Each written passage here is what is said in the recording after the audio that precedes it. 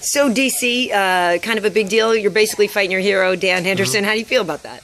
It's good. You know, I think at the end of the day, you have to be a legend in order to become a legend. And Dan Henderson's obviously a legend in this sport. Not the fight I would prefer at first, but you know what?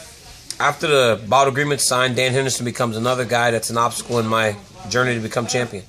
And truly, you have said, obviously the precedent he set being a wrestler that converted to MMA and did so well.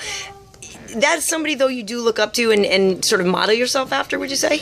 It has been. I think everybody has to model themselves after Dan Henderson as a wrestler. A wrestler, kickboxer, wrestler, puncher, wrestler, boxer, doesn't matter. Dan Henderson was the first. Him and Randy Couture fought in the clinch. So I think every wrestler that kind of came into the sport modeled themselves after them, and then the guys came later, Rashad Evans. But when you look all the way back, Dan Henderson, Mark Coleman, those were the guys that we as wrestlers looked up to. Thing is, we've seen that he's beatable. Obviously, he has lost some fights, but Shogun was really sticking it to him up until he wasn't. So what do you do to defend against the right hand? Well, I go with my coaches. I've got great coaches: Javier Mendez, Bob Cook, Leandro Vera, Rosendo Sanchez, and Rudy Cruz. We come up with a game plan, and I follow it. These are smart guys. They've been in the fight game for a long time. They're going to tell me what I need to do in order to beat Dan Henderson. I'm going to completely nullify his right hand. He may as well leave it in the locker room.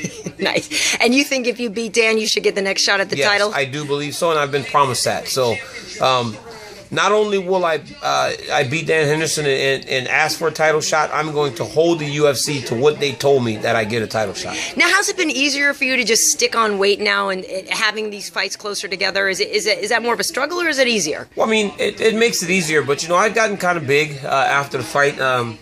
But now I'm getting right back to where I need to be. Right now I'm right around 226 pounds, 227. With a month and 5 weeks to go, so I'll get down to 222 in the next 3 weeks, and then head to Vegas right around 218 and start cutting weight as I did last time. Very nice. And if you were to win that fight, how quickly would you like a title fight?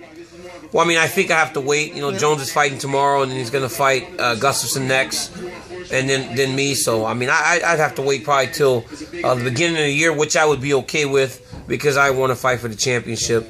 But there is hope. Yeah. John Jones denied to fight Gustafsson in an automatic rematch. So maybe he'll do it again and say, well, I want to fight somebody new and choose me, and we can fight by the fall. All right. Well, I would love to see that, DC. Good luck in your fight with Hendo. Thanks, Karyn.